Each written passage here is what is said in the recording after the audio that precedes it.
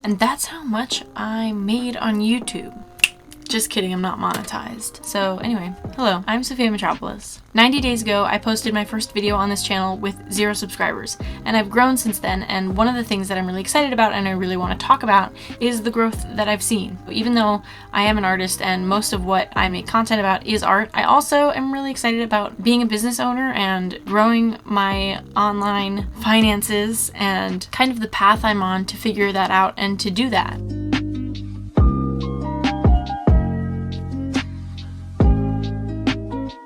Part of the reason I want to make this video is to show other people the kind of growth you can see. I am not a standout case. I just have been trying to be really strategic and do my best about growing this channel. There are things that I definitely want to work on, and there are things that I want to improve that I see, and that's okay, and that's just things that I want to share. My goal with this channel is to grow it and to have it turn into a stream of revenue for me, so that's not something I'm ashamed about. And I know a lot of creators say that that's not the reason that you should start a YouTube channel, but I'm not sure I agree. I enjoy making content, and I have been making content that I'm proud of for several years. It just hasn't been on my YouTube channel. I was editing videos professionally for other YouTubers, and I just eventually reached the point where I was like, why am I not the one making these videos in the first place? And if the only barrier to entry was putting my face on my YouTube channel, that was something that I didn't really want to do and was hesitant about. And then once I did it and I got over it, it's like, here we are. So for this video, I'm going to open up my Creator Studio so we can go into my analytics for the past 90 days and see what's been happening on my channel and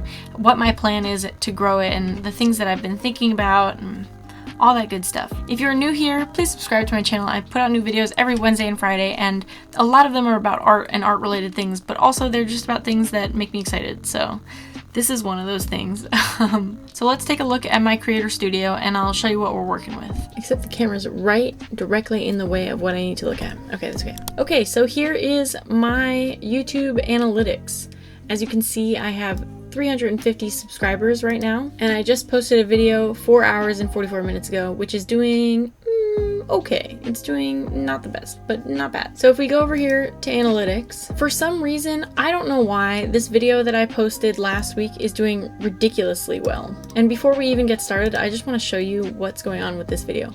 I don't know what happened at 7 o'clock last night, but I had 89 views and now I have 324 and it's 5 o'clock tonight. It says it's coming from a direct or unknown source, which either tells me that somebody is like having a disgusting good time, or I think the only thing I could really think of is maybe like some sort of art class got linked to it and they have to click on it. I really don't know where this traffic is coming from, and they're not watching very much of it. This video is also interesting because as far as the search terms that it's showing up for, the biggest one is pantyhose, which I definitely didn't mean to attract that crowd, which I think is why there's such a big drop off in my view duration, because I think they all get here and they realize that it's an art video and they just peace out, which is kind of awkward. But anyway, so I don't know what's going on with this video particularly, but 238 views is really good for a video for me at this stage in my channel. And as you can see, it's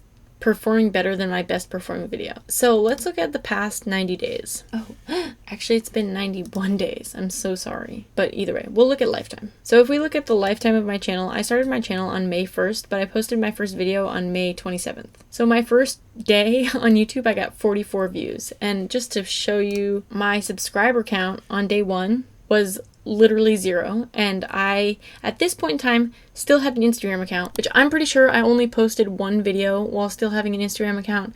I got really fed up with Instagram. I had been really fed up for a long time, and honestly I was feeling kind of not embarrassed, but I just didn't really want to promote my YouTube channel to my Instagram audience because I had a really hard time pivoting my Instagram audience away from being a weightlifting centric audience. I didn't really feel like I wanted to bring a lot of that audience with me when I went to YouTube because I wanted to feel like I had this like fresh start. So I know that I could have and still could try and drive a lot of my Instagram traffic to my YouTube channel because when I left Instagram, I just deactivated my account. So if I were to log back in, I would still have all those followers, which I think I was at around like 2,300 followers or something like that. So it was a significant enough follower count that I could have brought it to YouTube with me. But part of the reason that I liked the idea of this YouTube channel was that it was like completely new and it was a completely fresh set of eyes, and I didn't have to feel like I was being watched by people who knew me or knew what to expect from me. And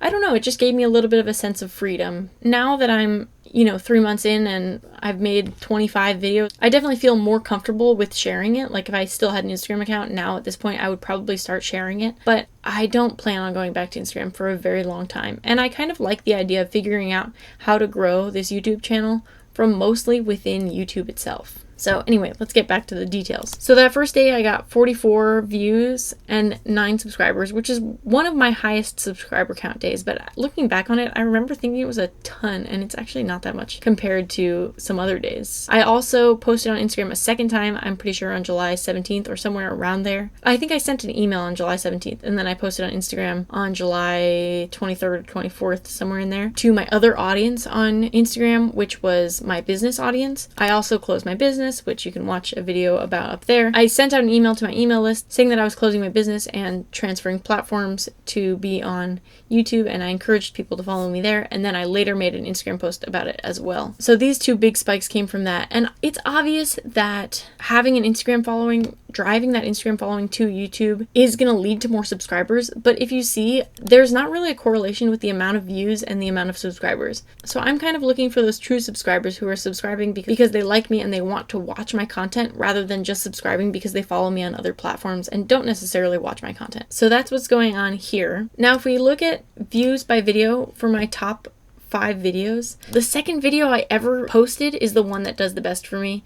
And if you're a subscriber, there's a really good chance that I got you from this video, which is the Himimiya dry jelly gouache video. This, I just wanted to know if it dried out myself, and I looked it up on YouTube and I saw that there were no videos about it, so I made the video about it. And that ended up leading to 7,000 views, which is pretty crazy. Almost half of my viewership in total, and also almost half of my watch time in total. To get monetized on YouTube, you need 1,000 subscribers and 4,000 watch hours within a year. So I started posting on my channel on May 27th, 2020, so I have until May 27th, 2021. I'm about a quarter of the way there. I have like 30 something percent of the subscriber count that I need, and I have almost 25% of the watch time that I need. So as you can see, I have 946 watch hours and 330 subscribers, which is pretty cool. So the other videos that did well were the giving myself a temporary tattoo half sleeve, which kind of was a slow growth, but did pretty well. Painting my jeans for the first time, which did not do well in the beginning, and then now is just starting to pick up. I was really excited about that video. I really enjoyed making that one, so I'm happy that it's picking up. And then because that Himi video was doing so well, I started to make other Himi videos. I was ranking in search for that video, so I just started capitalizing on it. And if you'll notice, I have an entire playlist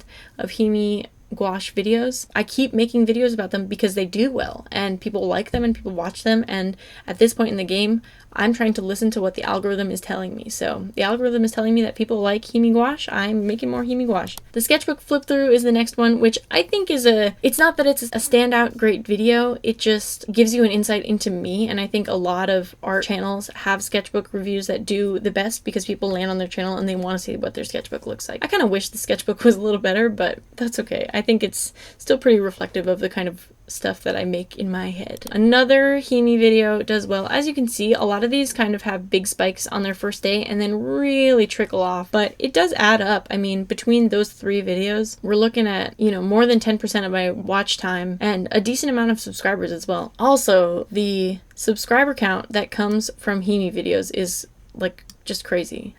Honestly, I think it's just because it ranks in search and people like that. And because I'm ranking for gouache, I just keep making gouache videos. So here's another gouache video, which is, wow, that one's actually doing really well. That one kind of surprised me when I put it up, and the fact that it's spiking right back up is not really something I see in any of my other videos, except for the first Himi gouache one. And then this is the silkscreen video, which I really don't know where that spike came from. Today it's outranking the Himi gouache video, which is just like, what? Like, why? So if we look at my monetization tab, you can see, yeah, I'm at 352 subscribers and 928 public watch hours. We're getting there, baby. The other thing I want to go over is my Social Blade, which is something that I use a lot. I mean, I don't really use it that much, but I do like to look at future projections just because it helps give me a visual of when I can expect it to be monetized. So according to Social Blade, I've done the math in the past. With the average watch time that I get per view, I need 60,000 views to hit that 4,000 watch hours. Now that could obviously fluctuate a lot, but I'm just using that as my general guideline. So according to Social Blade, I should be monetized by December 26th because I'll hit that 60,000. So by Christmas, my Christmas present to myself, hopefully, will be a YouTube paycheck, or at least the opportunity to get a YouTube paycheck. Now this is based on an exponential growth, so it really could change. I've already seen a plateau. I had a pretty big increase that started around July 5th, and then I plateaued for a really long time. So now I'm seeing another spike again, but it's just a views spike. It's not actually a watch time spike. Oh, it's a watch time spike too. So I don't know. I for some reason YouTube is sending my stuff out right now, and I'm seeing another growth spurt, but there are plateaus. So as you can see here, there's a spike, a pretty steep increase in growth from July 3rd to July 24th, and then I saw kind of a valley, but now it's starting to grow again. So it really does change. Social Blade's predictions are somewhat accurate, but nothing to write home about, you know. But I have been keeping track, and I have been hitting my points on Social Blade pretty consistently. And one of the things that I try to take really seriously is taking it seriously. I post every Wednesday and Friday every week. I originally was just posting on Wednesdays, and that didn't really feel like enough work for me, honestly. So I added in Fridays, and since I've been posting Wednesday and Fridays, I have not missed a single upload. I definitely have been behind on my schedule, which has taken a little bit of a toll on me mentally, and like I've been exhausted because of that. So I'm trying to get back on top of things, and I'm trying to film things in batches so that I can kind of be ahead of schedule. In the beginning, I was several videos ahead of schedule, but I just started to be like, why? What's the point? And then I just kind of was playing catch up. And the point I've discovered is that it just makes you less tired if you're ahead of schedule. And it gives you time to like have an off day where you don't want to film or whatever it is. I also want to talk about my traffic source. Most of my traffic comes from YouTube search, and part of the reason that that happens is because I use TubeBuddy. I do spend $5 a month to pay for this TubeBuddy subscription, and for me, I think it is completely worth it. If you're trying to grow a YouTube channel, it is absolutely worth it. It pays for itself so quickly. I mean, okay, so at this point, I've had it for 3 months. I've spent $15. I haven't made any money on YouTube yet, but it is the kind of thing that it really does give you an upper hand. I've worked for YouTubers in the past, and I didn't even know about this. I found out about this through watching YouTube videos about growing YouTube channels. One of my favorites that I've watched is Catherine Manning, which if you haven't seen her, she had a huge growth spurt on YouTube this year, but her niche is growing on YouTube. I don't think that that's my niche necessarily, but it is the kind of thing that I'm excited about. So people like Kelly Stamps make videos like this, and a couple other channels that I've watched have made videos like this. So I use TubeBuddy to optimize the SEO for my videos so that they rank best in search. Like I said, most of my traffic comes from search. And then browse features is the one immediately behind that, which includes things like homepage, subscriptions, watch later, all that kind of stuff. So a lot of people are watching my videos from their homepage, which is like, what the heck? That's crazy. Within browse features, which is 25% of my traffic, most people are seeing it in home. So 85% of that percentage. Pretty good. And that just means that people are clicking on my thumbnails, which one of the things I do want to improve is the cohesion of my thumbnails. So as you can see, I'm really ranking in search as my most powerful, traffic drive. It's more than half of my traffic. And it's a freaking scramble in here. But if we scroll down, most of this traffic is either the Himi Gouache or the Inkbox video. And Inkbox, I think, is doing well in search because they themselves are promoting the heck out of their product. They have so much digital marketing going on right now. I don't have Instagram anymore, so I don't get the same kind of targeted ads I used to get on Instagram, but I have Snapchat, and I get Snapchat ads for Inkbox all the time. So I know that they are really, really pushing their marketing, so people are looking them up and looking up their items. And then the other thing is the Himi Gouache, which is doing pretty well. And then my subscribers, I guess most of them I'm getting from the video when they're landing on the video. I've lost some subscribers in some random places, but you know what? I don't care. Doesn't bother me. That's what I mean about having the authentic subscribers that are going to be there and watch your videos. If you're not going to be there and watch my videos, then I don't need you. Usually in this real-time update, it's usually the Himi Gouache video in first place and the Inkbox video in second place. And these views have been hovering around 500 for the past couple days. So on a lighter day, it'll be around 400. On a heavier day, maybe it'll be in the 600s, but I have never seen 990. That's ridiculous. And I've never had a video outrank the Himi Gouache videos. So that's also kind of crazy. I really don't know. I feel like half this video is me confused about why this one screen printing video is doing well and is like, I don't even know. I don't know, but I'll take it. TubeBuddy is also awesome because it has this little chart on your channel, and if you go to somebody else's channel, which I'm not going to do because I don't want to put myself on blast like that, you can compare your views and subscribers in the past 30 days to other channels that you're visiting. So it is really cool to be able to see somebody that's maybe a similar sized channel to you and how they're doing and how they're growing, and you know, just stay learning from them. So the cool thing about TubeBuddy is you can think of a topic or a keyword that you're gonna go after. Like for example, my next video, or maybe the video before this, I'm not actually sure. I'm filming them in the same day and I'm not sure which one's gonna go up first, is gonna be upcycling a plastic tub into a plant pots. Yeah, okay. So my research to make a video is I will look up the topic and see how videos do. This video was posted 11 months ago and it has 7,000 views, which is good, but it's not a lot. But that also means that it's pretty good competition in the ranking. So TubeBuddy is awesome because it pulls up this little thing in the search explorer and you can see how the search volume is, how the competition is, and what they think your ranking should. So a lot of times I try to make videos that are either good or excellent or very good or whatever, but sometimes I do make videos that fall into the poor or fair category just because those videos have a lot more competition typically, but they're also keywords that have kind of a higher reward if your video does end up doing well. So I try not to do only good and very good videos, especially because some of the videos I want to make and I don't really care that they don't do that well in search. Like for example, this says fair for my channel specifically, but if I'm gonna be painting it, it's like it kind of does make sense for my thing. So let's see, painting plastic pots for plants. And then I'm trying to decide, should I use acrylic or should I use Posca, because Posca will probably rank better. So this is the kind of thing that I'll do, and I'll kind of paint flower pots. I'll kind of go through the keywords and related and find ones that, like paint flower pots does really well. That sounds great. I'll probably use that as my keyword. And then I'll use TubeBuddy to optimize that SEO. TubeBuddy is really awesome, and I'm not sponsored by them, but I do have an affiliate link, so if you want to sign up for TubeBuddy, you can use my link in the description. That's all for this video. I hope you learned something. I hope this was interesting at all. Let me know in the comments if you think I should make more videos about this kind of thing. I really enjoy it, and I'd love to continue growing it with you.